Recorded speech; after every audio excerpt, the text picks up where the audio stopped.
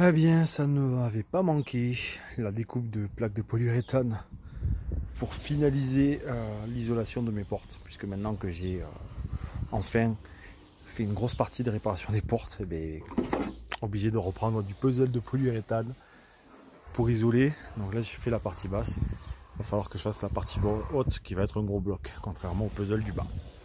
Voilà, on continue la découpe. Donc je continue l'isolation de la porte arrière droite avec le gros panneau que j'essaye d'isoler avec un seul morceau de polyuréthane. J'ai pris un certain temps pour réussir à faire les contours et tout. Là, ça fit bien sur les extérieurs. Par contre, la problématique, c'est que il y a une courbure de la paroi et du coup, quand ça appuie en haut et en bas, ça n'appuie pas au milieu. Donc, je vais tenter de découper cette portion-là en 3 morceaux avant de l'inclure et de pouvoir remettre mon contreplaqué.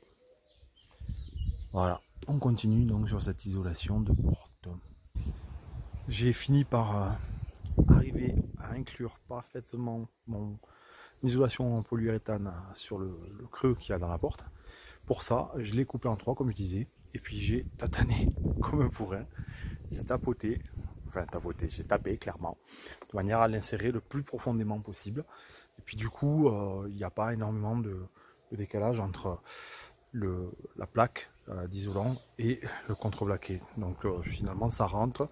Il faut visser un peu pour comprimer tout ça, mais c'est plutôt bon.